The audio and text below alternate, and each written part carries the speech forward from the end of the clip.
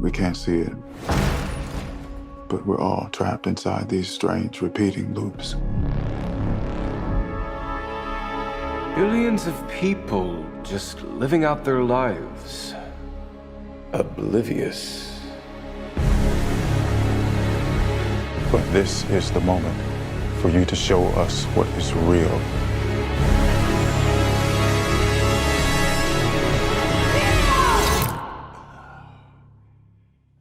I remember this.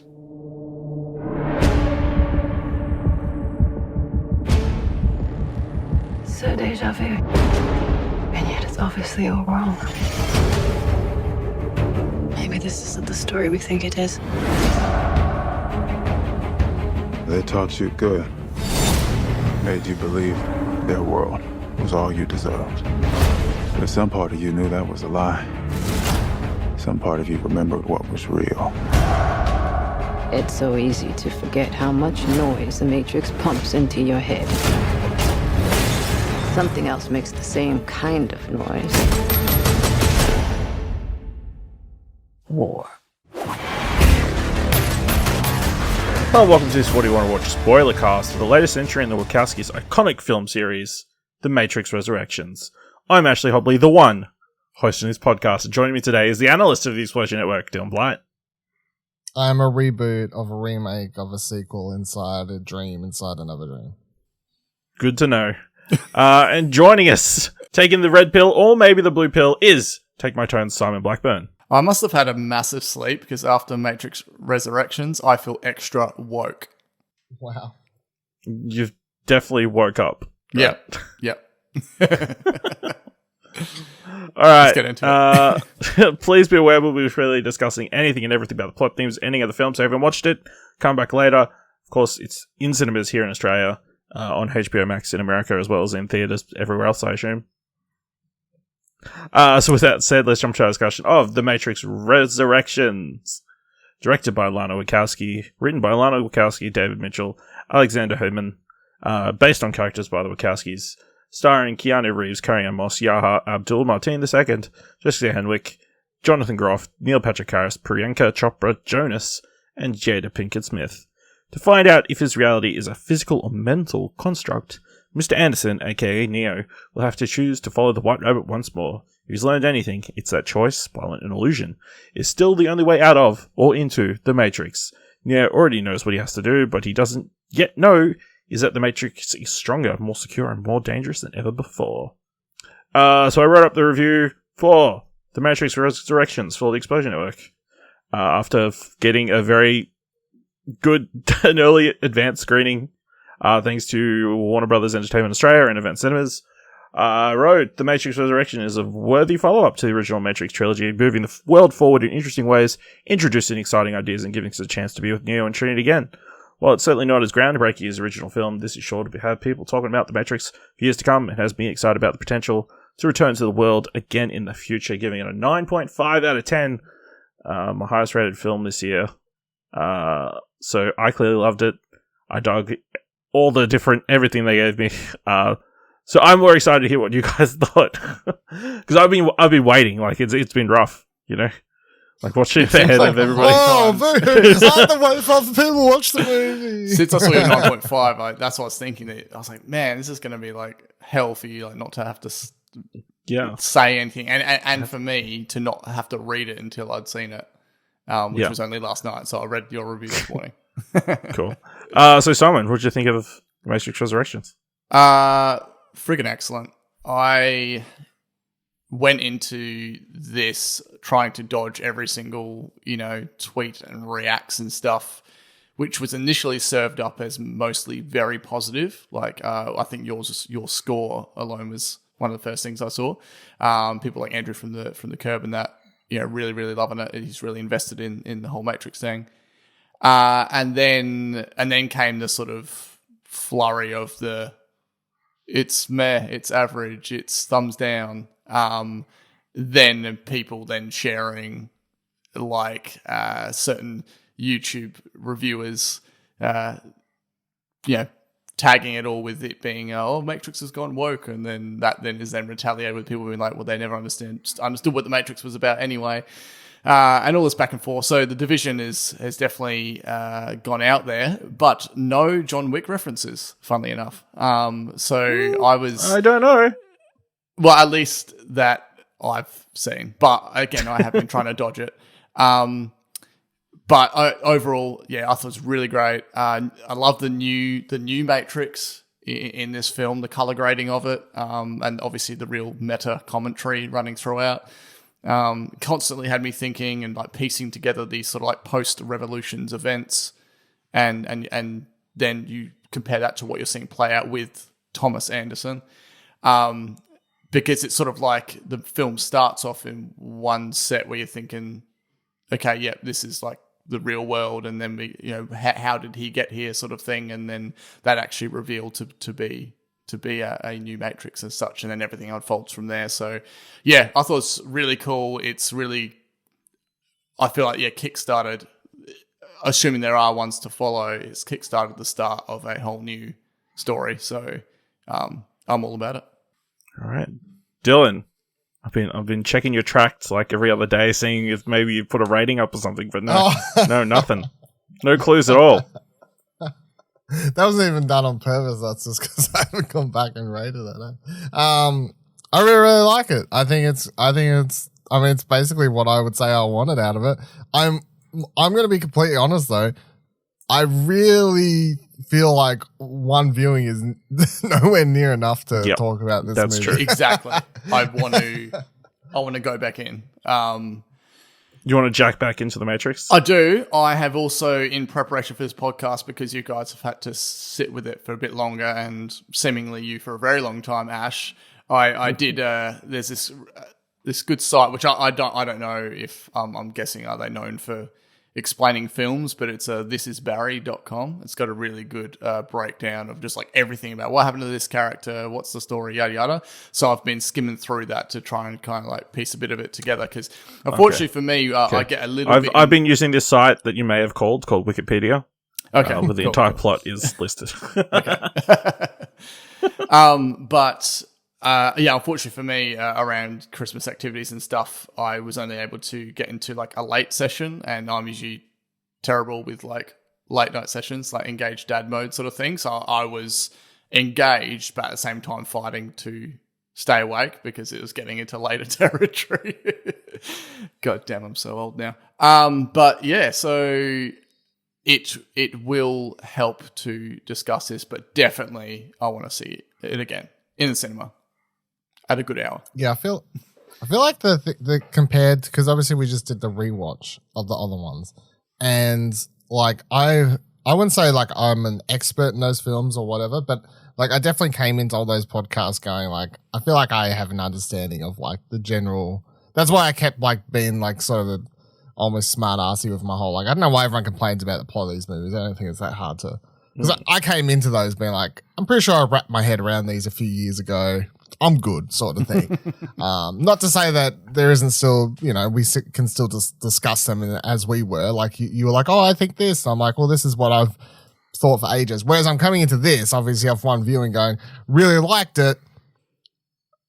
Fucked if I know about several things, and like there's still things I'm trying to. But that's also why I think the movie's really good. But I also just like the fact that I can watch. It's a movie I've watched. When did I watch it? It's dense. Boxing Day. So, I mean, I'm like, what? A few days later, and I'm still like laying in bed at night, just like randomly like searching for forum threads or, like thinking over things myself. Like I'm still trying to like pull apart stuff. So compared to 98% of movies I watch in the cinema, which is in one eyeball and out the back of my head sort of thing. So. Yeah, but otherwise, I really enjoyed it. Very layered. I think it's really, really good. Very layered. At least three. At least three.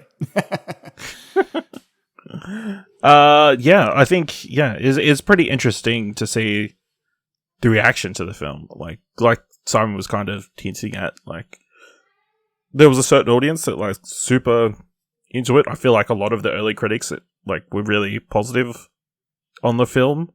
And then, And then it did come out on HBO Max, and just like bombardments of like people very much disliking it.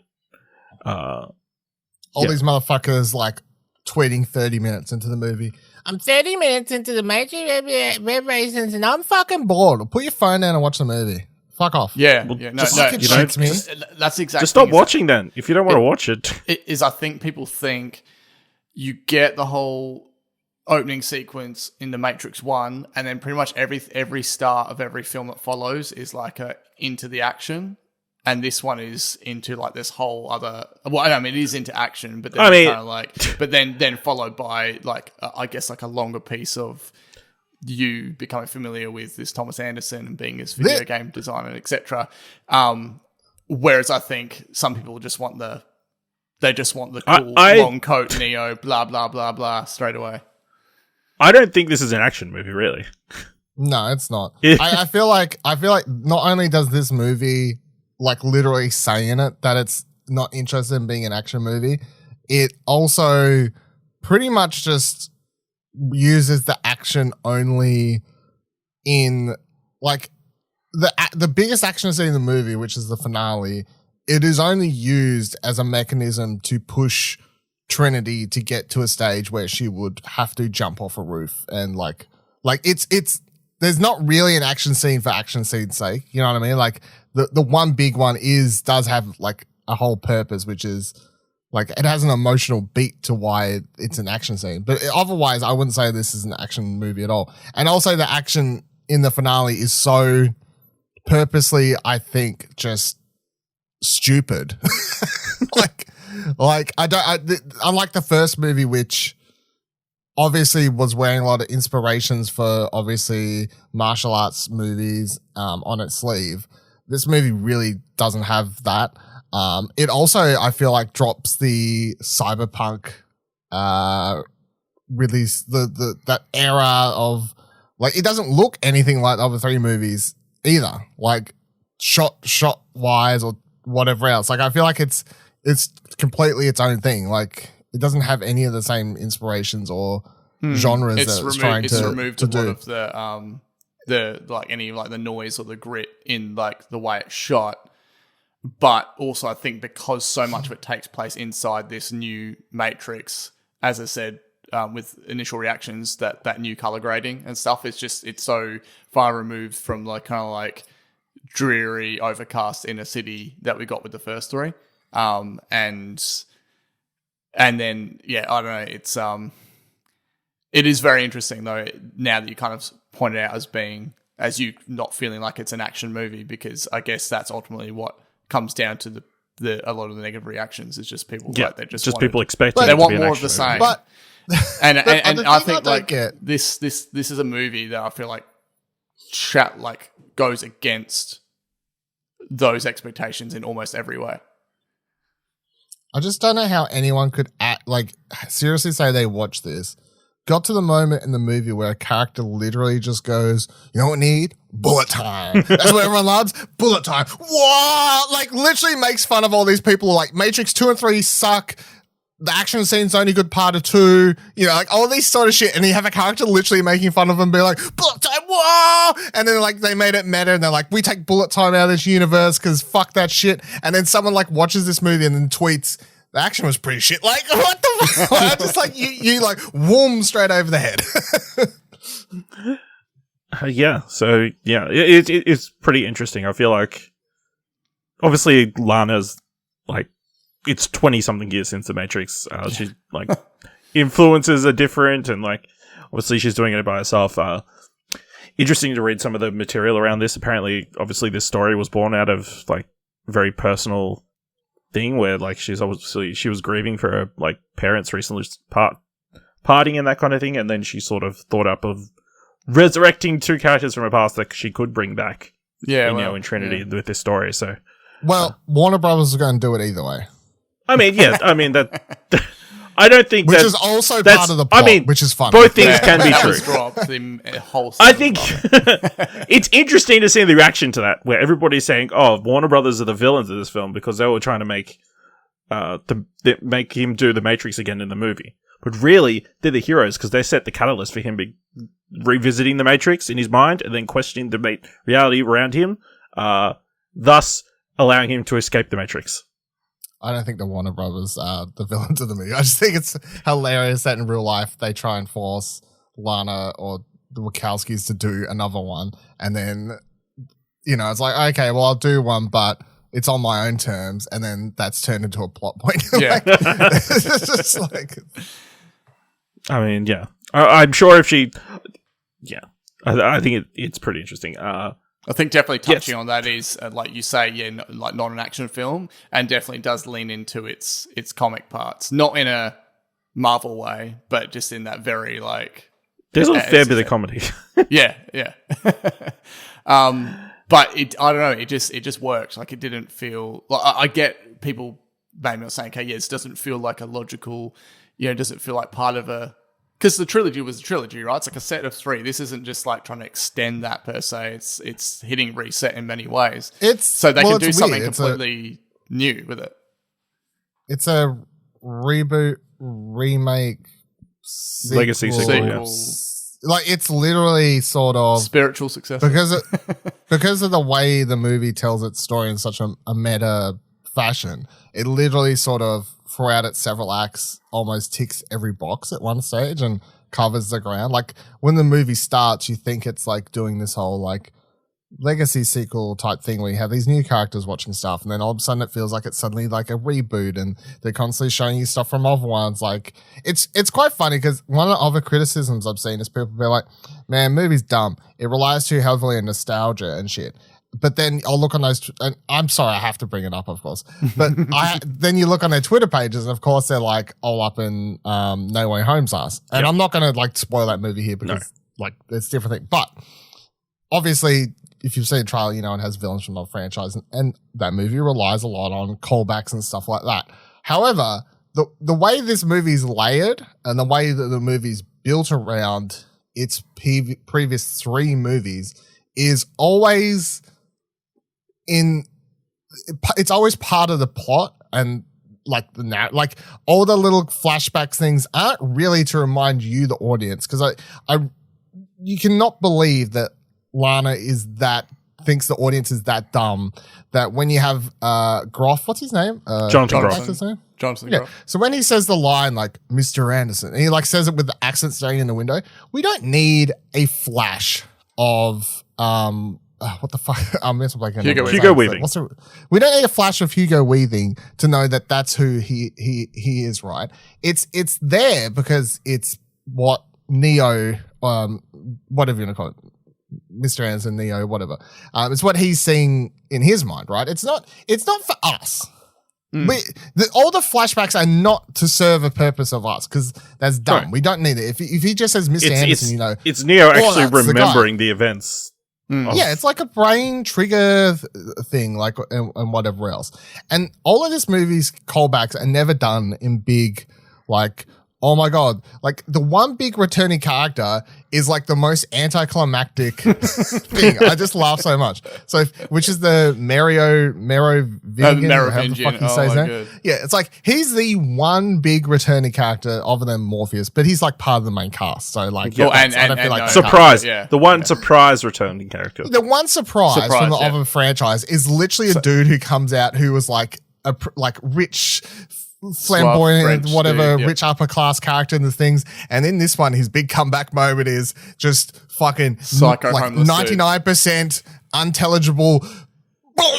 Yeah. What the fuck? No, he comes out like a video game villain who he sends all his goons to fight you, and as soon as you beat all the goons, he runs away. And it's funny because I was trying to explain to my friend that came with, because he hadn't done the refresher watch, and I was just like, oh my god, that's the Merovingian, like the same actor and everything, sort of thing. And he's like, oh, who was that? Like, and I had to pull up the photo and show him. And it's not until after the fact I was like reading through the events of each of his characters, and that like he was essentially, through his mumbo jumbo, went on a big rant that essentially disses like Mark Zuckerberg and the whole meta thing and everything, which is just awesome.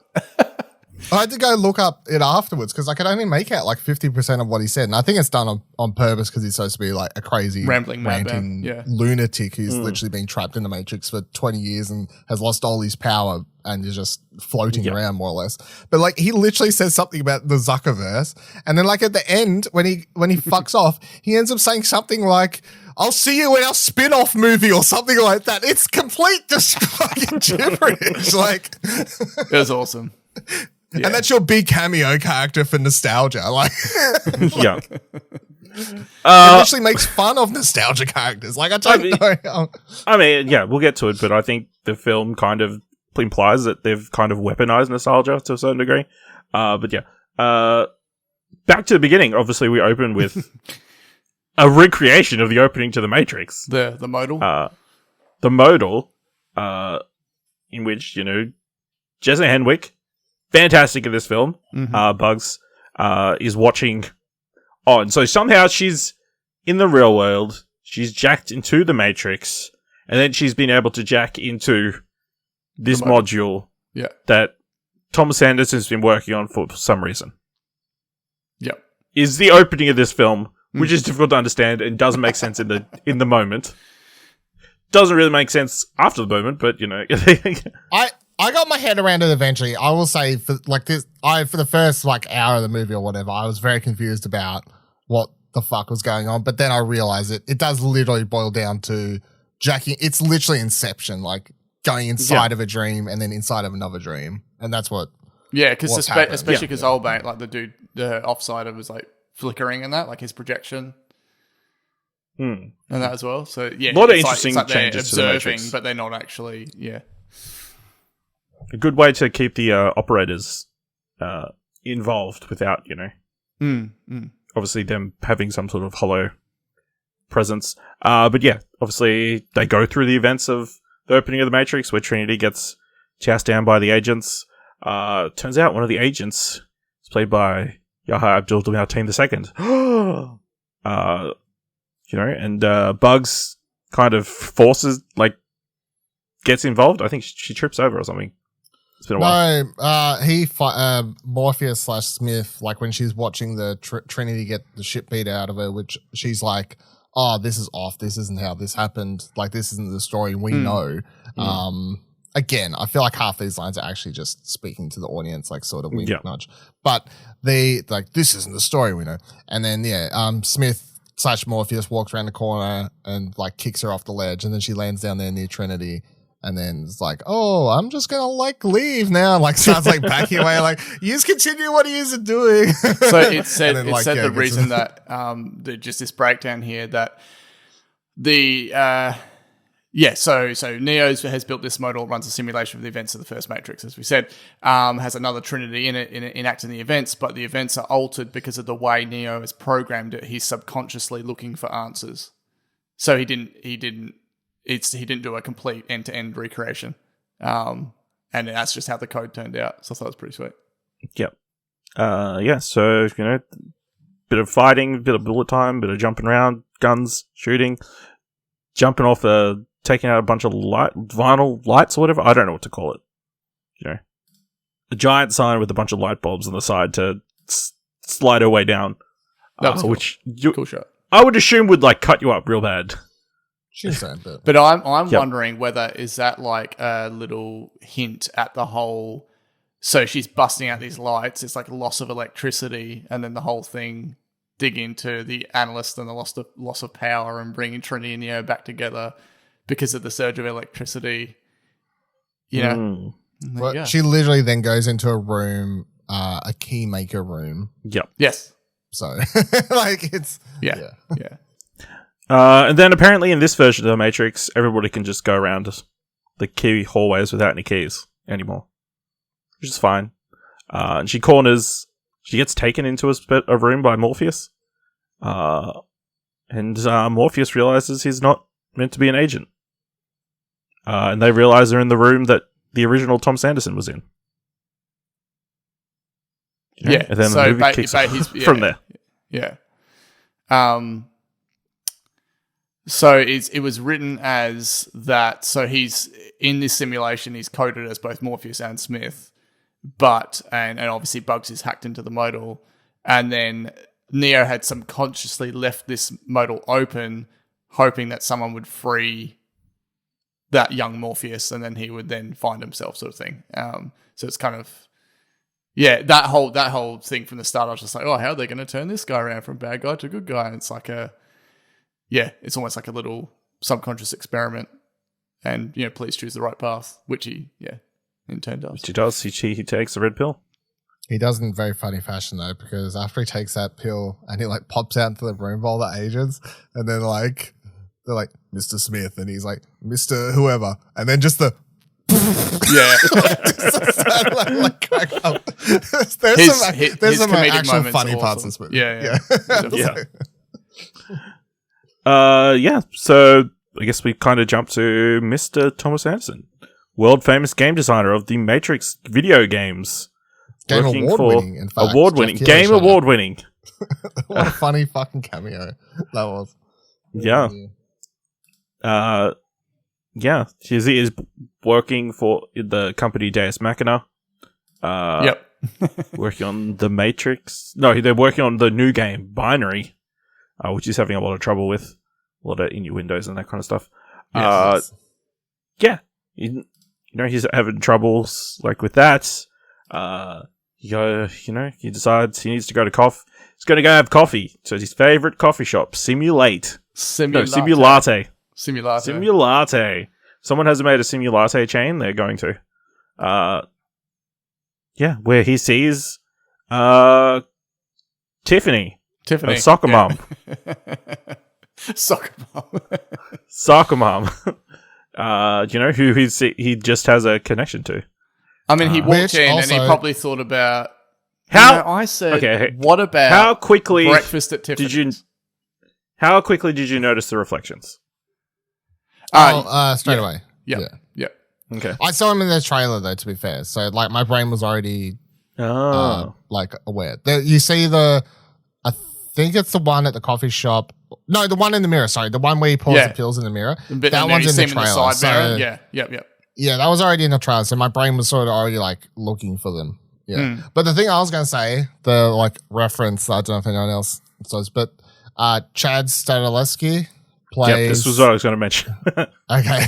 Chad Stahelski, who's the director of John Wick, but more importantly, played Keanu's stunt double in the original trilogy. So he played Keanu in the original movies, now plays Trinity's other husband in this. So technically, she's married to Keanu, but the stunt double version, and the director of John Wick is in this movie. So there is again some very meta. Meta. Meta-ness. Yeah. So just seeing them together for the first time, really cool. Even though they don't recognize each other, she's clearly married. Also, come back to the genre thing. This movie is a romance drama. that's the romance drama sci-fi is the just like Spider-Man. The original Spider-Man was romance superhero. Yeah, romance comes first. Yeah. So this is which romance. I had no problem with, because doing that rewatch, I was like, I spent a lot of time being like, man, these last two movies specifically feel a lot more like romance heavy. And I was totally all aboard that. So, yeah, when you get to this one, they're like, it's all about the romance now. I'm like, well, it could be like a romance dramedy, with there's bits of comedy in it. So. Yeah, a little bit of comedy. Yeah. Subgenre comedy. Yeah, so once we get back to the office, Thomas has a meeting with his business partner, Smith, who reveals, like you said, Warner Brothers wants him to go back to the Matrix. How exciting! Returning to the Matrix. And then we get a scene of Christina Ricci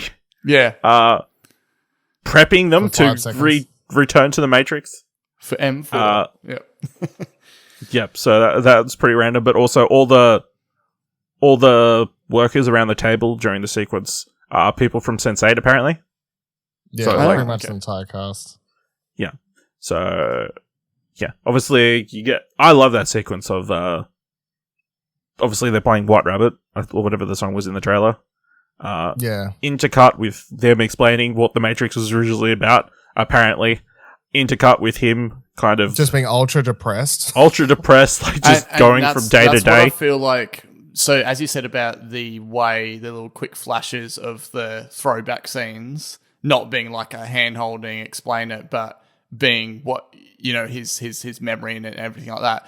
The way that they have such sharp flashes in that, I think it really works well against him, this whole like mental struggle and everything he's got going on in the pill addiction and stuff. So, I definitely, that sort of just helped push further the kind of you then being led up to when you see the scene of him stepping off and that sort of thing. So I felt it was more powerful as like an emotive element. Yeah. I also just feel like there's so many potential undertones to the scene. Like you can directly look at it like to the Tom Anderson character or whatever, but like from a filmmaker point of view, just like general view, like is this a take on how she feels like within like I guess Hollywood at the moment, and sort of like the way like directors and writers are potentially told in these writers' rooms of how to do things. Do you have the entire cast of Sense8 here, show that was cancelled and then petitioned, and they got to do that last episode to finish it off? But is this how she viewed Netflix sort of telling them to like control the Sense8 writing room, and this is sort of like meta because you then have the entire Sense8 cast there? Is it a take on the whole, again, I hate to bring it up continually, but is this whole a bit of a whiff on the Marvel superhero genre stuff with the whole, like only wants explosions and actions and references to things that people love, and like there's like several I feel potential topics building upon one another and not just directly related to the Tom Anderson thing, but there's a lot of that in this movie. There's a lot of there's a lot of meta and subtext that isn't very sub. Also, at some point during this, he visits his side therapist, played by Neil Patrick Harris. So good. So good. It's awesome. Very obvious, like, elements, like, he has a cat called Deja Vu. Deja Vu. He wears very blue-colored frames of his glasses. Yep. That kind of stuff. And obviously prescribing him blue pills this entire time, so... I saw someone on Twitter say that they hated this movie because they couldn't believe Neil Patrick Harris as a villain. Wow. It was like such a very specific complaint. Yeah, okay, that's interesting. That person's still in the Matrix. I don't know. So, Keanu Reeves is contemplating, he's looking over a building at one point, and then, Bugs pops out of nowhere and says, "Hey, you need to come with me. The Matrix is real." Man, the way that she grabs him, like, no, wait. My goodness. Or was it Yahya who appears first? You do get the bathroom scene prior to her saving him off the rooftop. The bathroom scene where he comes in and murders a bunch of people. Yeah, so that scene's first. Fantastic sequence as well. It's like, oh, that was sweet. Yeah. where he comes out of the stall and like says the line. I also saw someone else point out online, and it's definitely worth like because a lot of the, I guess, trans allergies or whatever, like the fact that it's like there's a lot of violence in bathrooms. There's a lot of stuff in bathrooms which I never like sort of pieced together, but I was like, that's a very good point. Yeah, so and you get the Smith reveal during all that. Yes. Fighting. Very interesting. Jonathan Groff is Smith. Very weird to hear him calling him Tom the entire film, though. That was the one thing. But, obviously he goes with Jesse Henwick at one point. I can't exactly remember when. Yeah, so so he goes, he has the big thing on the fight, the blowing up and everything, and then right when you think he's going to get shot, suddenly he's pulled out of there to the therapy room. Yeah. And then he has the therapy session, and then later that night he's drinking on the rooftop, and he's about to jump off, and then because he thought he had a suicidal attempt because he believed the Matrix was real. Yeah. Yeah. He had a, And then yeah. as he's about to jump off, he's saying to himself, just believe. It's all, like all the stuff that Morpheus says to him in the first film is he's repeating to himself about believing and whatever else. But then Bugs pulls him back, and then they go through the door into the train, et cetera, et cetera. Yeah. Didn't love this train sequence. I think it was. I wish it's almost like it was playing out, and I was like, everything here is awesome, but it's almost just like I wish it was shot or played back in a higher frame rate, just so I could like see between the blur, if you know what I mean. Just because of how is that kind of that's sort of what you were saying, Ash, in your review about it. So I did not like this. Yeah, it was too shaky, in my opinion. Do you mean the fight or the? Just the fighting inside the train. The fighting, yeah. Okay, right. Yeah.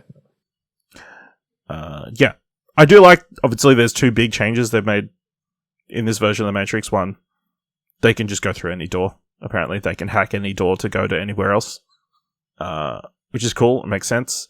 And they apparently, I think this is the solution to all the other shows that have fast travel in them. It's just been hacked. They just open doors. Yeah, they've been hacked. Yeah. The Yeah. Witcher fucking season 2. Come on, get this shit. Yeah, Game of Thrones. Yeah. And then they don't come into the Matrix through phones anymore. Mm-hmm. They come in through mirrors, which is Yes. They should have called this Matrix Reflections. Yeah. How good was the small mirror bit though? The little bathroom mirror. That's some Willy Wonka shit is what it was. It's just like and he's like the closer you get, the bigger it appears, and I'm just like, Yeah. that's what she said, and then I just then you blanked out. yeah. No, it was cool. I know this whole idea of again like addressing there's this like the new Matrix, there's this big gap of time. And for us as Matrix fans, I felt it really exciting. It's we can now do this, and this sort of thing, which I feel like is almost just like a general commentary on like technology. Anyway, it's like, do you remember how long it used to take to download something? It took half an hour to download one song, and now we just do this in one click. It's almost like that. It's like that. Well, I mean, he was working on floppy disks in the original movie. So. Yes, Yeah. yeah. But I don't think the films were ever about that, though. I've seen a few complaints that it doesn't go far enough about how the world has changed and everything. I don't think the films were ever about technology or anything. So No, but that's more than- just kind of how I like in terms of when there's a big jump in time. It's this 60-year gap or 20 years. 20 years for Neo and that, but it was 60 real world years. So yeah, like 60 years like of technology Niobe, growth. Yeah. So Niobe is 60 years older, actually, sort of thing. Yeah. I will say before we go too far ahead, like that scene where before they leave the train, obviously, or before they come back in and have the fight, obviously you get that scene with Morpheus and he's talking about play setting and, again, I felt like this wasn't specifically a scene for Tom. It was more, again, sort of meta on reboots and stuff like that. And it just made me think about The Force Awakens. And not even as someone who obviously likes that movie, but the whole, like Morpheus is like, I just thought I'd give you a lot of here's everything the way you like it, all the way you remember it, right? Just, I wanted to make you comfortable before you moved on. And it just made me think about Han entering the Millennium Falcon, like doing the exact same shit on the very comfortable setting of the Millennium Falcon. It's like, let's get you very comfortable before we like move on to like new directions and new characters or Force whatever. Awakens gets you comfortable, and then Last Jedi pulls the rug out. Yeah. Very cool. yeah. So eventually, Neo takes the red pill. And then he appears in the real world inside a chamber, a very different chamber to what we saw last time. A lot more cords and stuff in it than we saw in last time. There's like a massive power outlet seem to be coming out of him. And he gets rescued by like some sort of robot manatee thing. It's because they're drawing more power out of him, which they explain. That's true, yeah. But we also see that the main thing I remember from this scene is just him. He's obviously replicating a lot of the gasping and trying to pull it out and stuff. But when he first pops out, I'm just like, that man, he's like rocking stipples that can just like cut a knife. It's like knife through butter. Like he just like pops out, and the first thing I saw was like Keanu's nipples. That No, was I where did the not real notice power this. was coming from. Yeah. Yeah, it was cold. Yeah. That's good. Yeah, but we also see Trinity is also in one of these pods. Like, well, it's not clear, but we can all assume it was Trinity. It's pretty I mean, obvious, yeah. It's pretty obvious, yeah. Yeah, so he gets taken away to Bugs' ship, the Yeah, that I don't know. Mnemosyne or something, Yeah. which is named after the Greek goddess of memory. Yet we struggle to remember how to pronounce it. Well, can't remember how to learn Meta. something you never learnt. Yeah, so he takes a few days to recover, and then she takes him to Io, the new human city. The first thing I where thought of he's- when they said IO was just like, aside from Zion without Z and N, but just input output. Like that's just the first thing I thought of when they said IO. But that's not how it's written. Yeah. But anyway. So, a couple of interesting things obviously are revealed. One, Morpheus is code. Yeah, he's not a real person. The Which new makes Morpheus. sense. Yeah. Yes, Yeah. but they've got some sort of technology that allows him to have a body. Nanobots. Nanobots. Yes. To have him a body in All the 5G real world. nanobots. And also, we learnt that the piece held. Well, To the most to part, a level, the piece held till until piece the power held. outage. Yeah. Yeah. And they've got some assistance from different robots, including the robot that saved him from his pod thing. Lots of little robot what were they called? machines. That CBs? was the name of them. See, but actually, their actual type, not sentience, but something like that. Yeah. Yeah. Currently. And they're all like to be flowery honest- and shit. Like, yeah. I felt like all the backstory stuff here for the robots, the human stuff, that all made sense to me. I'm like, that's probably about how that would go. Like, the fact that it was peace and then they have inner fighting and now you've got like a splinter group, basically, of the bad robots. Yeah, well, it basically go said back to Zion was Wales. at peace with machines until a power shortage, and the machines turned on each other. Yeah. And that adds up. and then like essentially, yeah, Zion would have, Morpheus, original real Morpheus would have died along with the end of Zion, but Niobe somehow survived. Yep. And then sets up the city of Io. So we reunite with Niobe. She's not happy. She's pretty upset that made, Did you, just as a quick question, did you originally think that was Jada Pinkett Smith or not? I knew it was Jada I Pinkett did, Smith, so- because I knew she was in the movie, so yeah, I assumed it was her. Yeah. Like, her casting wasn't a secret. No. Yeah, so, we get to see Io, they're doing all kinds of stuff. They're, like, making actual vegetables again. They'll be able to recreate the sky inside their city, whatever. But yeah, she's not happy about Neo being around and pretty much says, hey, I'm going to lock you up because, I can't risk you try and get Trinity, because Trinity's trapped in the machine base and we've got no way in together. Yeah. Is the gist of it. So yeah, they pretty much break him out as soon as humanly possible. Like microseconds later. But the main, I guess, criticism against Niobe, which is the interesting thing that Bug says, is that, and she calls her out later for it, but you gather it all here, which is that she got set up in this city and now she's got comfortable to the point that she's more interested in moving her own technology forward and growing All fruit, the real world vegetables stuff. and whatever. Yeah, than saving people who are still trapped inside the Matrix, which was what their initial thing Vision was. was, yeah. I can't quite pinpoint what the real world allegory, like Allegory, comparison. yeah. Allegory, sorry. Allegory. Real world would be for allergies. this. Allergies, yeah. I'm not quite sure Brexit. what the association is, but yeah. Well, that's what I've been like, this so one it's true. says, this is a good sentence. It says, but Niobe, through her experience, knows that freeing more people would mean more resources for them, and she's collaborating with the Synthients, that's the word I was looking for before, to create a sustainable ecosystem. So it's like she's so focused on this like all natural kind of like rebuilding and growing from the ground up that it's almost just like, no, I don't have time or resources to help others because, yeah.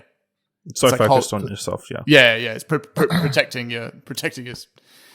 I was thinking about Can't afford to have any refugees come in and take up any resources. Yeah, that was the only thing I could think of, but I'm not sure if that's quite there. But that was one for one, yeah. That it's not one for one, but that is where my mind went also. Like, the whole we don't have enough food, we don't have enough space. You know, like that. It feels very much down that path of thinking into like, we'll keep them out for now. Because we don't have space. We'll totally let them in later and we'll help them out later, our fellow humans. But for now, let's just leave them there. You know, like she's like a weird like future hippie take on like a doomsday prepper. You know, like you got all your resources, you got your bunker, and it's just like stay the fuck away. So they get back into the Matrix. And then they're quickly set upon by Agent Smith, in like a weird, I don't know where they are. It's like a weird warehouse with like a toilet building. They do say that tower. they're landing in a warehouse. They're going to, so they go to one place and then they go for that's not where they want to be. And then that's where they like plug in, I guess, for the window. And then when they walk through the door, they're going into a warehouse that's next door to Trinity's house, basically, is what it was explained as. To Trinity's work, yeah. Yeah. So Smith ambushes them with a bunch of exiled programs. And then, there's a big fight. I'll see you on my spin-off. I enjoyed this sequence. I think it was really, this is probably one of the better fight sequences. Especially, obviously, you get Neo versus Smith again. There's two fucking fight sequences in the movie. It's like this and the that's end. True. Two action scenes. This and there's a handful of smaller ones, but yeah. We get Neo trying to be reminded of how to tap his power, I guess, because he's really not been doing it for the most part. I like Smith. Smith's rationale is he's been. I guess he didn't die at the end of Revolutions. He got re-assimilated by the Matrix, and pretty much forced to be this observer of Tom Sanderson this entire time. So that he's the yin to his yang, and he needs Trinity. Yeah, that's pretty much it. Is that the analyst kept Smith around because of that balance? So yeah, so they have to fight. And he loses. But cool. I really, Jonathan Groff did a good job in this spot. Him screaming. Well, I think what I like stuff, is that him passing for the whole video game boss kind of right age group and the whole aesthetic and that sort of thing, and even just the change of suit he wears, and still holding some of that evoking that sense of I have some level of high level power and stuff, but without having to actually replicate Hugo Weaving. I'm glad he doesn't try to do too much of an impression. Yeah, too much of an impression. Yeah. I mean, we already got the best impression of Hugo Weaving with Bane, anyway. So yeah, it would have just been doing that Hugo again. Weaving. Pretending to be Hugo Weaving. With, you literally have thousands of Hugo Weavings in the last two movies, so I'm pretty sure we're good. We've had enough, yeah. We've had enough. Yeah, so Neo then goes to Trinity's work, and then is stopped by the analyst, who reveals he's the one behind this new Matrix. That he reveals how Trinity and Neo are in this movie, even though they died in the last film. Yep. It's right there in the title. He resurrected them. Yep. Kind of. Which, funnily enough, because again, I needed a bit of that assistance to kind of get because it was sort of getting late at that point. But apparently, so the analysts recognized that Neo was an anomaly whose choices are based entirely on his love of Trinity, so he resuscitates both of them. And then But the what whole he thing doesn't about them- realize Yeah. is what we get to at the end of the movie. Yeah. But the titles are double entendre, I guess. Resurrection of characters, resurrection of franchise. Sort of. And they get to be together so they can do another love scene. So then we get Matrix Res-erections. I hope we get a nightclub scene in the next one. You think they didn't go off and like have res-erections right after they're flying around? I hope so. They're all over each other in the first film. So trilogy, and the thing is, he'd been taking enough blue pills that he should be all right, even though he's aged. But yeah, he reveals that like he's behind this new Matrix that he discovered. He's like, the architect was obviously very much a perfectionist about facts and wanting to create the perfect Matrix. He was more of an analyst and understanding human feelings and emotions and that kind of stuff, and he was able to tap into their love for each other and the nostalgia that people have for these kind of stories to power the Matrix. Even more power than it did before, which again is like, again tapping into this nostalgia reboot remake kind of meta commentary, where up the ante each time. Yeah, you use this nostalgia to get money out of people and that kind of stuff, which I think is really interesting. I'm keen to rewatch this scene again. I think as well.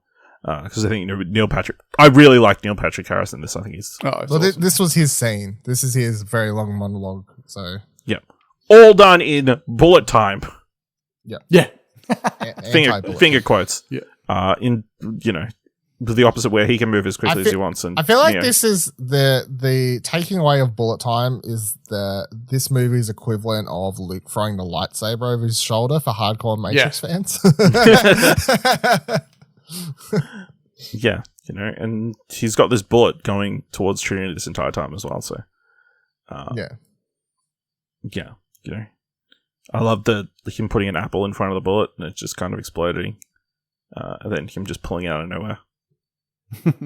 But yeah, he just makes him an offer to come back, put himself back into being a battery for the Matrix, and he won't kill Trinity. So yeah, he goes back to the real world. And they have a discussion about what they're going to do next. Then the solution comes along. It's Sadie. Remember her? It's the little girl from the Matrix Revolution. I mean, this is funny because obviously we just rewatched it, so we're like, yep. But people haven't watched these movies for, like 10 years. Who?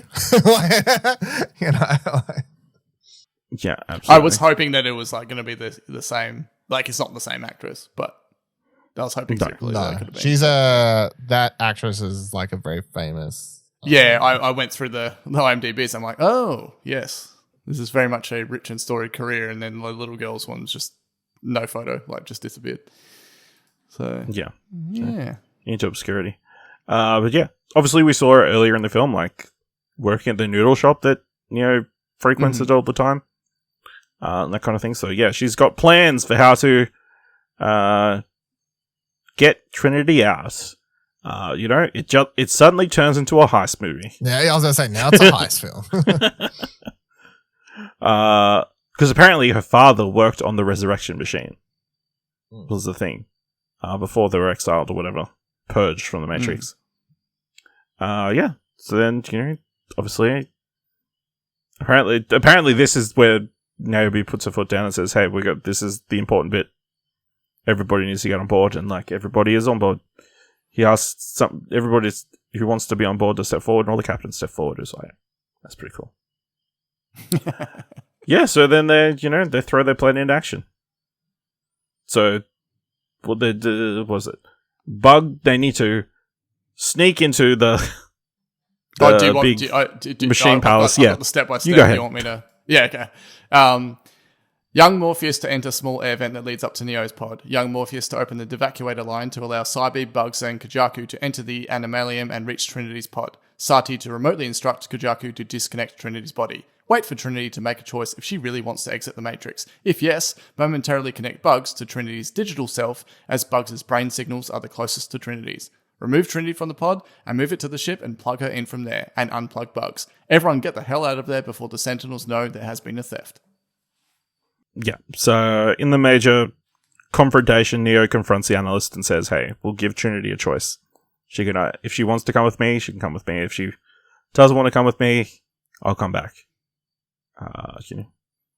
So then we get the moment, Trinity comes in to Simulate, just, super casual, just 1,000 dudes in suits around, nothing to worry about, seems totally normal. Yeah. And she makes a choice. She's gonna go with her family. They run in, they're like, Mom, you won't believe what happened. There's an accident down the road. You gotta leave right now. Yeah. And right before, I think, something's about to happen to Neo. She changes her mind. And there's a massive fight. Neo's about to be fucked up. Yeah. And then they start the process of taking her out of the pod, which involves jacking Bugs into the pod. And there's like a moment where they're connected or something, which could mean something for the future, or whatever. Well, just to insert the one thing before all this, which is that as soon as she said, she starts rushing back in, Analyst does his whole anti-bullet time thing, and that's only interrupted once Smith comes in, and then the fight breaks out. Oh yeah, Smith is totally on board. He turns to a good guy for a second, because he doesn't want to go back under capture. Also, Trinity beats the shit out of Chad. Yes, it tells him to stop calling it Tiffany. Yeah. So yeah, that's cool. She beat up the director of John Wick. Yeah. From there, they have to escape.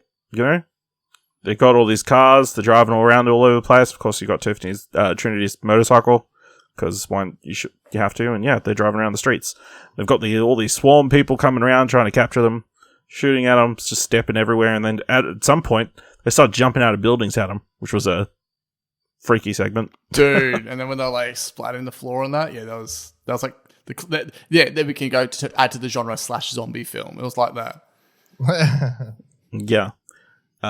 Also interesting. Obviously, we mentioned that they resurrected Neo and Trinity. It'd be interesting if that applies to all the humans. So, if they die before they're meant fully expired, do they just resurrect them and start them again? Would presume so, surely.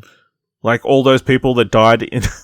we talked about in the last couple of films, all those people they just killed in, the lobby scene and whatever. Yeah. Do they just resuscitate them and, reboot the Matrix and drop them back in? Is that what happens? Maybe.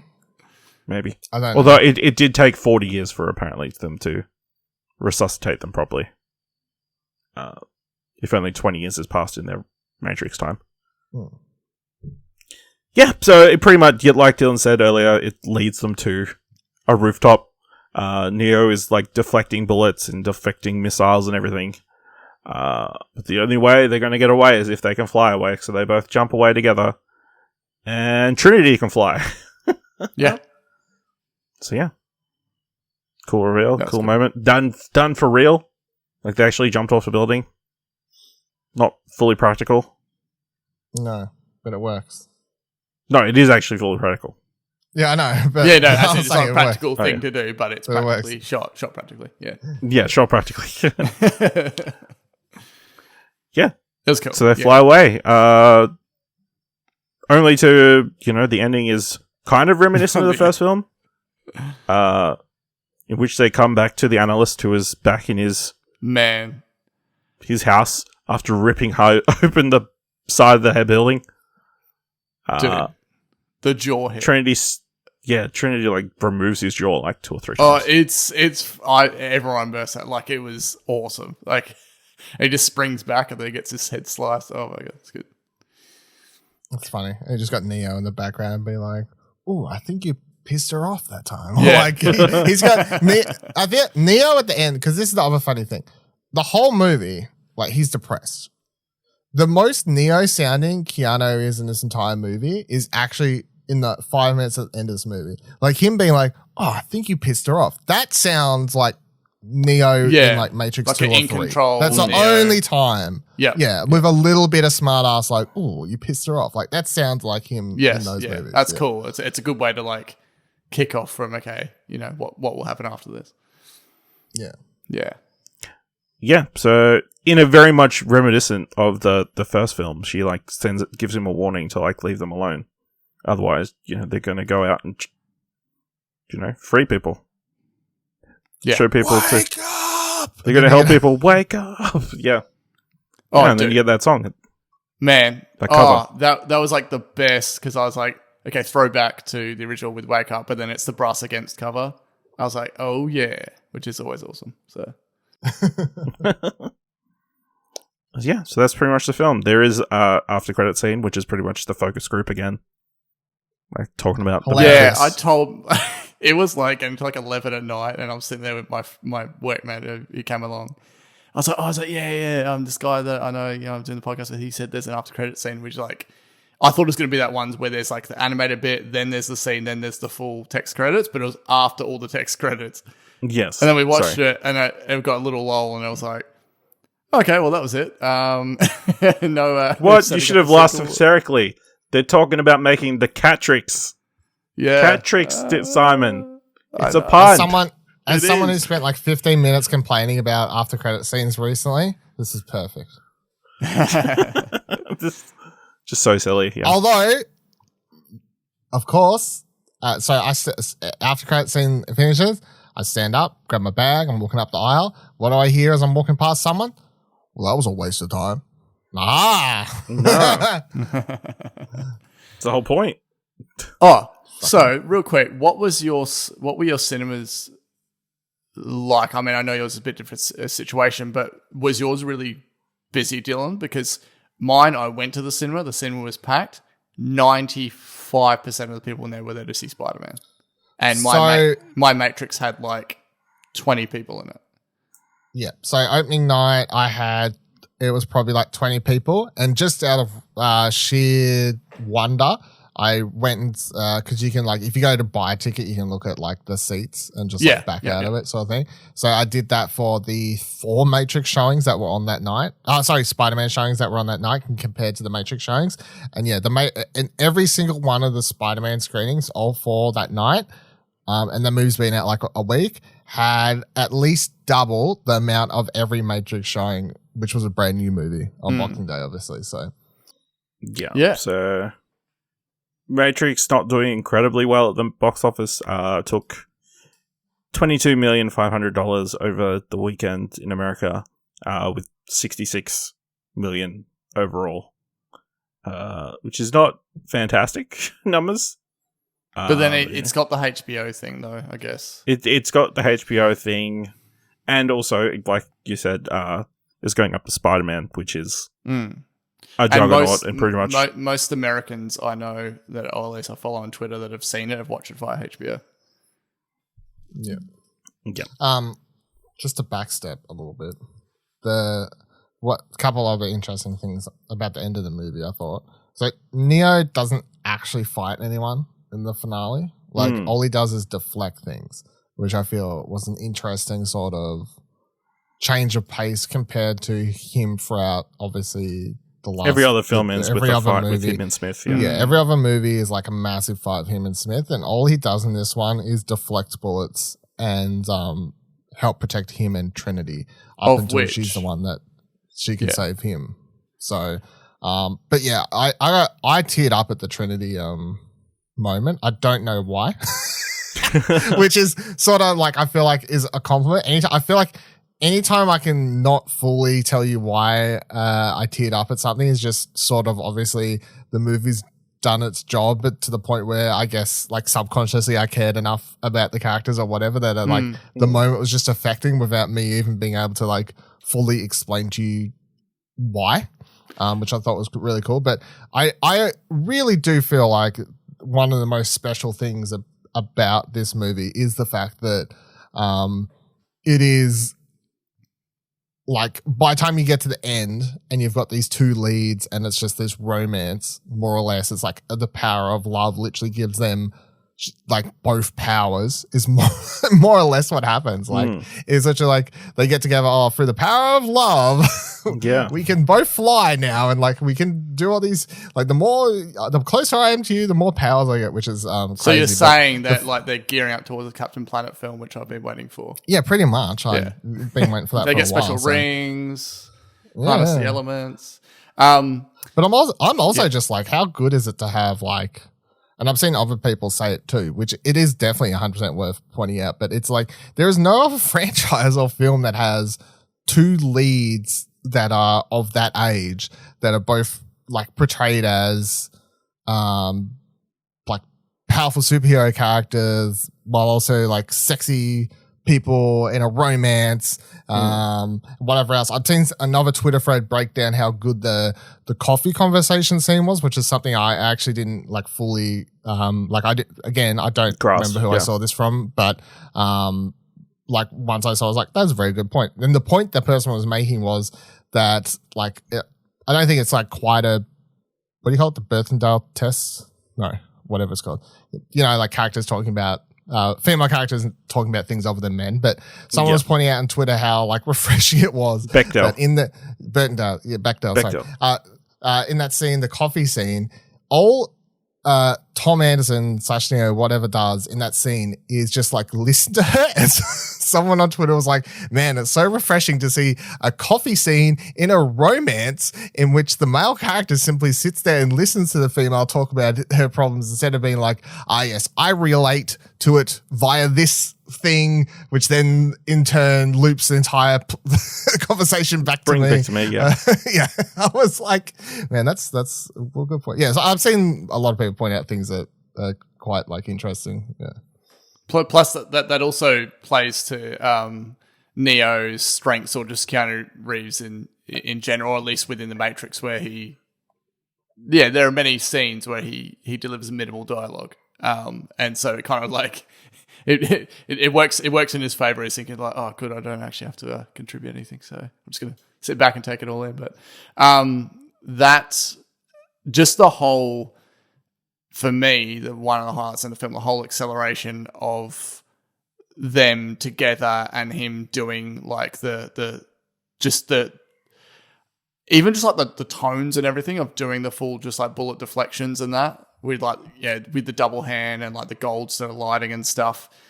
That whole thing, like just that whole sequence and it was explosions and all other sort of stuff happening. That's when I felt like I had the most chills and stuff. I was just, I don't know, there's something about these like two kind of like against the world sort of thing, and it's exactly as you say. It's like how many other franchises or whatever or IP can successfully pull off two leads this long after that are still as captivating and believable and get you emotionally invested.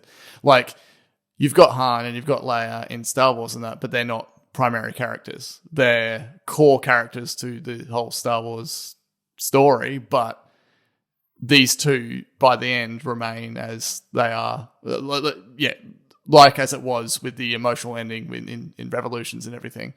And so now we've got this like whole new, we've got this new Matrix and they have this new control. And where to from here?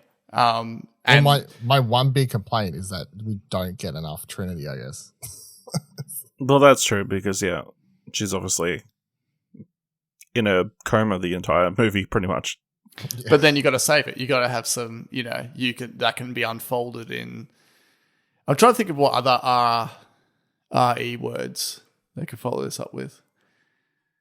It's like they could cap it off with Matrix Resolved at the end. I do wonder, and I was Googling to see if anyone's like, if there's any interviews where if Lana's already like said, like, yes, I've got plans for 2 more or like whatever. Of course, I'm a bit trepidatious because the money thing is obviously a big part of it. And it's probably not going to reach the hefty expectations that I presume Warner Brothers had about the franchise. And by God, if they decide to go ahead with a 5 and like kick her off and put someone else in. I was like, that'd be the most like hilarious. Like, I would be angry, but at the same time, I'd just fucking laugh because like after doing this and like the meta commentary of this to then kick her off and bring someone else in to sort of like it'd be fucking hilarious. I don't think they can. I think that even from people who don't like this film, I think there would be backlash. It would too much backlash. Yeah, it would be crazy. It'd be interesting to see like if it might be like a Dune 2 situation where like it might not have done fantastic in the box office, but we'll. If she's got a good idea, if she wants to, we'll do another one. But I'm thinking even if it doesn't, like nothing comes of it, and they say no, it didn't do well enough, we don't want to fund it, and then Lana's just like, no, I've said what I needed to say with this, and then that's just where it ends. I'd also be happy with that because I like it's a rather positive ending, and you're kind of. And you've resolved and explained a lot of the questions. It's a much happier ending than Revolution. Yeah. Well, that's the thing. But Revolutions Reloaded, they are filmed back to back. Like that was like we talked about how they're sort of one movie, and the ending of the third film is sort of like it is final, but it's obviously a little bit of a like all the characters die sort of thing. So it's sort of darker, but it does feel final. But at the same time, The Matrix, the first film, also sort of feels like it could have just been one and done because, of course, they didn't know if they were making a sequel at the time. Similar, I would say this has the very same feeling where you could totally leave it at this, and I too would be fine with that because the movie does a really good job of just answering a lot. Like there are still some lingering questions and things that you could pick up for. Well, just like. How does everything go now with what the fuck is Nairobi's place called? I don't know, whatever. IO. Yeah. Like so obviously there's some stuff I'd like there's stuff there you could see resolved with like does Niobe then go back to wanting to save people? How does the other robot people, whatever AI do they find out about the analyst? Like there's definitely threads that you could pull on to create a second one, but if that's what's Smith doing now? What's Smith doing now? But at the same time, honestly, if we're only making a sequel to pull on those threads, I'm probably not going to be as interested because they're probably the least interesting threads in the movie. The only way I would like a sequel at this point is if more or less Carrie-Anne Moss is the star and Trinity. Like I really feel like by the end of the movie, it just sets Trinity up as. Like if there was two more movies here, this is Trinity's fucking trilogy at this point, and like I feel like the entire future of the movies should have to center on her character because like by the end it's like there was never a one. It's like sort of now it's like well they like he was the one because of her, so now they're both the one. So now they're the two. Whatever you want to call it. Two more films with her as the lead role, and it becomes the Matrix trilogy. Trilogy. There we go. I saw. So the fucking funniest thing was like I was trying to wrap my head around this, and literally like I was fucking memeing myself. I'm like driving home, and I'm just like thinking over it. And I go, oh, they're like a dyad, and then straight away it just had fucking whiplashes of all the Last of Us things. The Last Jedi things I read about. Yeah, Last Jedi things about dyad, romance, all this shit. And I was just like driving home, like. Fuck me. We brought it back to The Last Jedi and I'm only 10 minutes out of the movie. and the fact that this has been sort of like paralleled as this is the Last Jedi of the Matrix sort of thing. I saw someone tweet that and I was like, I went in going like, like, I mean, it's I'm guaranteed to love it then. Like, is that the,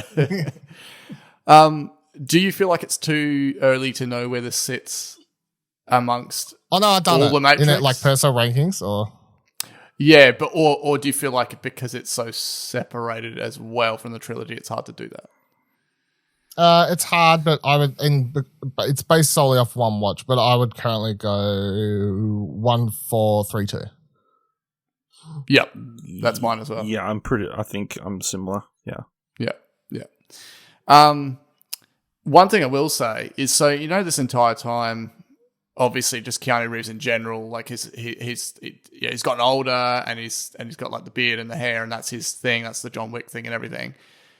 He looks surprisingly good without hair and without a beard, considering that I feel like it's almost like he's been hiding his age by having that. So that was just a cool little. Yeah, little I note. bet. It's interesting. I don't. But did he actually shave, or that's what I want to know? I assume it's just a CGI thing. Yeah. yeah. But either Can't way, think of it him. would give that's still his face, right? So they would give you an idea of I also think the It's long all hair's done in nothing to do Unreal Engine 5. the long hair's nothing to do with John Wick. I think that's just him. That's how he wants to look. Yeah. Yeah, no, that's what I mean. That's how he is, and he's like, I ain't cutting my Yeah. hair, and then that's But just the fact that the entire time, like, and of course you don't see because there's him, like, there's the lack of guns and stuff. I did not even think about John Wick once watching this film, which I thought was I almost had like checked those comparisons at the door from the first trailer. And I thought that was cool, and I know you yourself, Ash, was saying that you've seen people still making those references and that, but I just haven't seen it pop up. The more thing I've seen is just people being like, No, I was more not pointing to ticking the their reference action box that the actual or something. director was in the movie. Yeah. Okay. Yeah. Yeah. But yeah, I did. Yeah. Obviously, I think people, the aesthetic of the film like lends itself to you forgetting. You just remember it's definitely. just the way it's shot and the lighting and.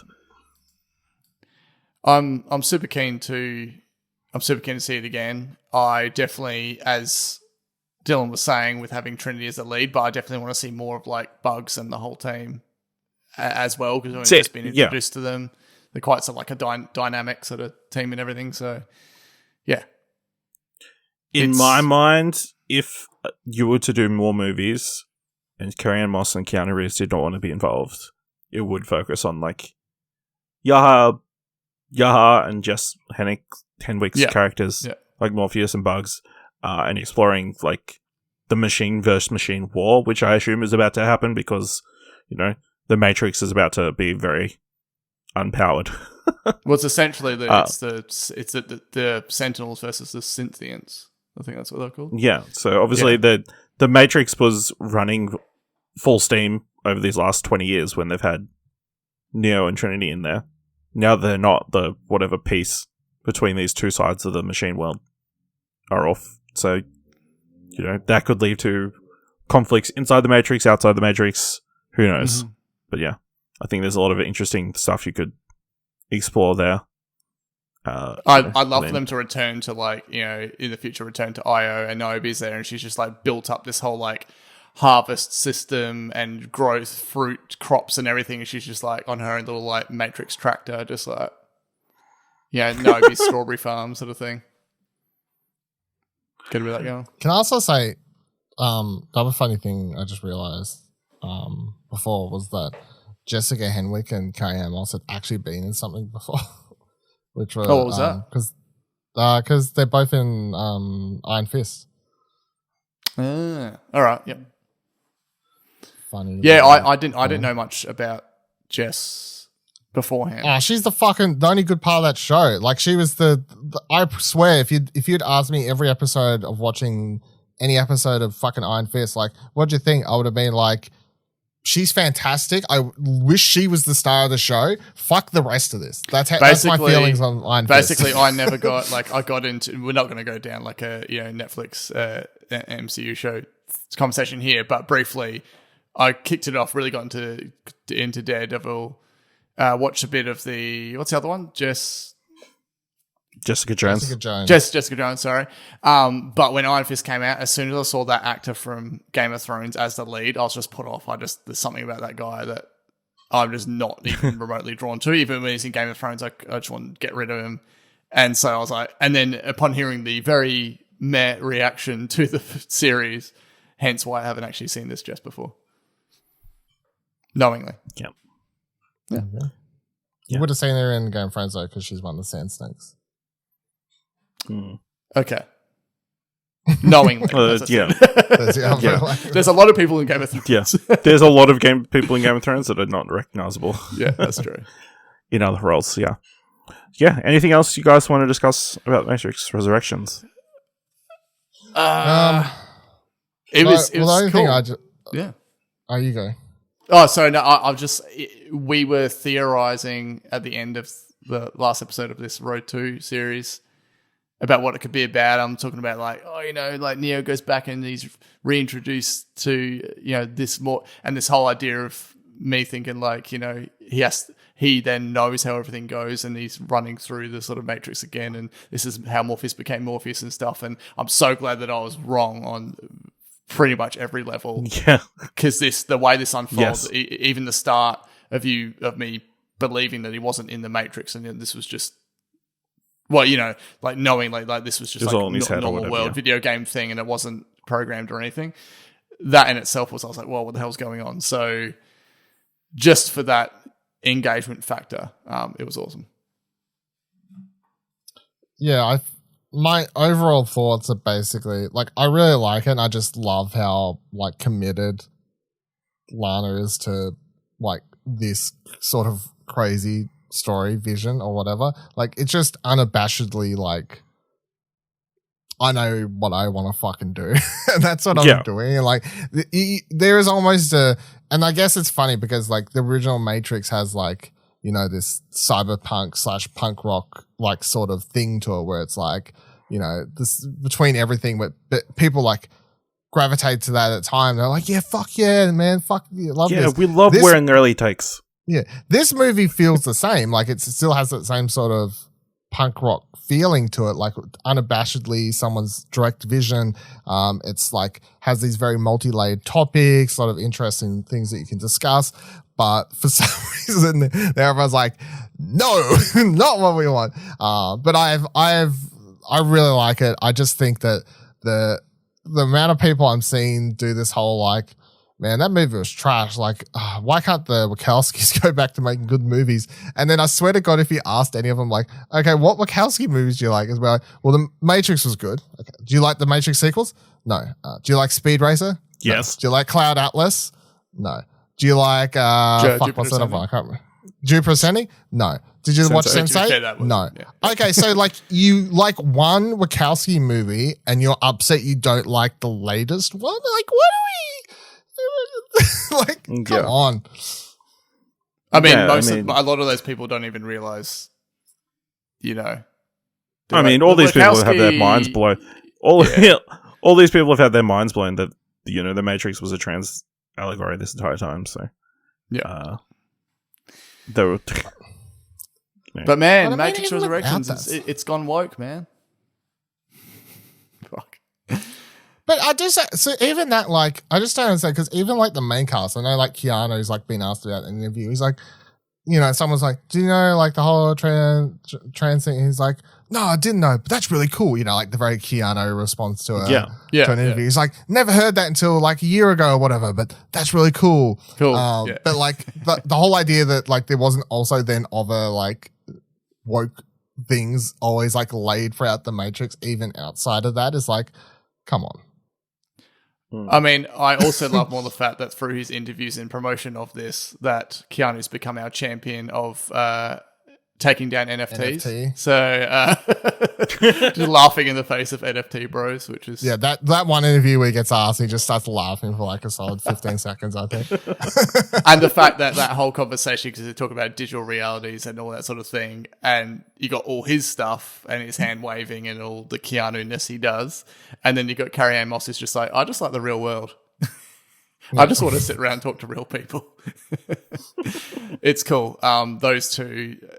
Again, just even the off-screen chemistry and that they very much had back then and they have now. I know there's just a certain like emotion and obviously the believability about the whole thing that makes this version work.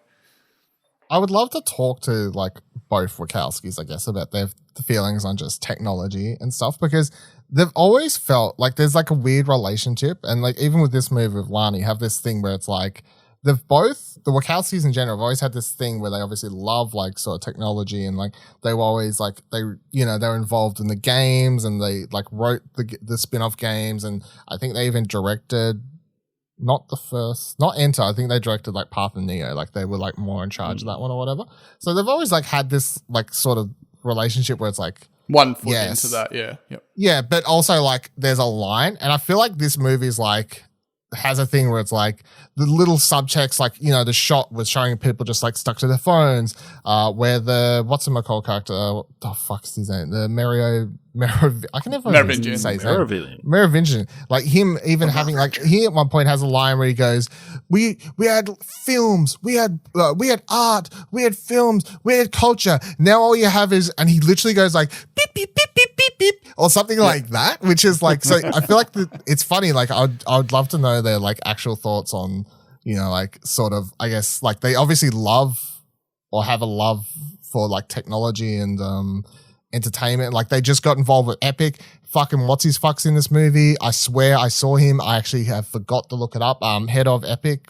Fuck, I can't remember his name.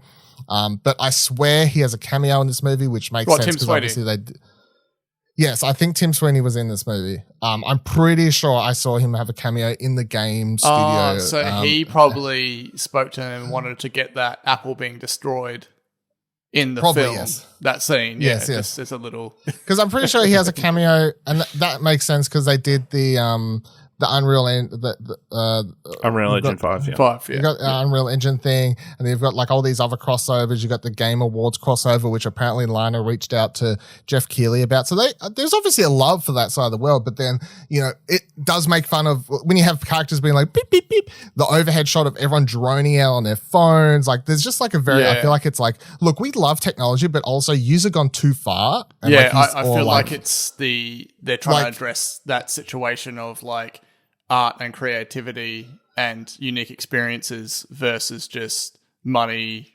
corporatization. Yeah. And that's like, yeah. yeah, it's like using, I feel like it's just like technology is really good. Like VR is great. Like I feel like they would be people who's like VR and all these sorts of technologies, they're great, but like we don't need to live in these worlds. Like you don't need to be in your phone all the time. You don't need to live in a VR world. We don't need to sell like digital fucking art. It's bullshit. Yep. Like it's like technology, push all these boundaries. Great. Let's use them to push forward art and whatever else. And even for health reasons and whatever else you can do, but also real world, real problems. You know, like I feel like that's sort of where they're at. It's just interesting. I'd love to get like a solid. It's landed at answer. it's released at such a perfect time with NFTs, crypto, metaverse, and everything being at like And Spider-Man. at the height of it. yeah. The Spider-Man fact too, Spider-Man's out right when this out, I like you couldn't plan that, and it's just like it hurts this movie, but also the very like yin yang of those two, this movie and Spider-Man, is kind of funny. Poetic. Did we? I can't remember. I would recommend checking out David Ehrlich's review over at IndieWire, which is really well written. He does not like Spider-Man, so go into that knowing that. But other than that, you know, it's a very well written piece. So yeah. Did the one thing that I mentioned on a previous episode of this series, I may have completely missed it, but did the rubber duck make any appearance? He was on his head in the bathtub while I was head. depressed. Yeah, It was okay, exactly so that the was same. in it. Yeah, okay. Yeah. Yep. It was in. Don't It's think in it's going to be it's the in the massive White seller. Rabbit. It's in the White Yeah. Rabbit montage clip thing. Yes, Yeah, okay. it's not going to be this massive seller that you thought it was going to be. Yeah. Oh, dang. Should have sold it as an NFT, man. I'd be raking it in. I don't know. Yes. Replace the monkeys with rubber duckies. Yeah. Oh, man. All right. You know, I know, you know, yeah, seeing all this negative reaction has reminded me of one thing. 99% of people accept the Matrix if they assume they have a choice. So, you know, people they assume they dislike the film, but really it's just the Matrix giving them the illusion that they have a choice whether they like it or not. And we're the true people who see the Matrix for what it is. We have awoken. Yeah, exactly. Yep. Yeah, we're the woke ones. We're the I've free. still got the free thing in people. the back of my neck, you know? Yeah. Yeah. I too burst out of a pod with stiff nipples, but anyway. I like how that's for some reason something. You're like, I was like falling asleep, like not because I was bored, but also I remember hard nipples. I remember very vividly stiff nipples. All I remember is explosions, the apples, Merovingian, nipples. That's it. That's the movie. 10 out of 10. All right. Let us know what you thought of The Matrix Resurrections. You can go into explosionhour.com/Twitter or jump to our Discord at explosionary.com/Discord. Simon, where can people find you on the internet? On Twitter, at PrecisePath. Awesome. If you want to help us out here at What Do You Want to Watch, leave us a review on Apple Podcasts or on Twitter or on Podchaser, or rate us on Spotify, which is a new thing you can do now that helps our show get noticed. And if you like this episode, thought it was worth the $1, head on over to our Ko-fi page at explosionary.com/support. Buy us a coffee. Thank you very much for listening. Until next time, keep watching stuff, I guess. If you want to see Trinity again,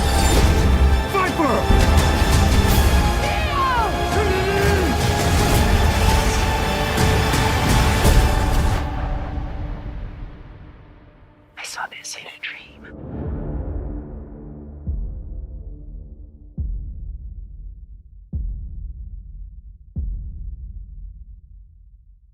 My dream ended here.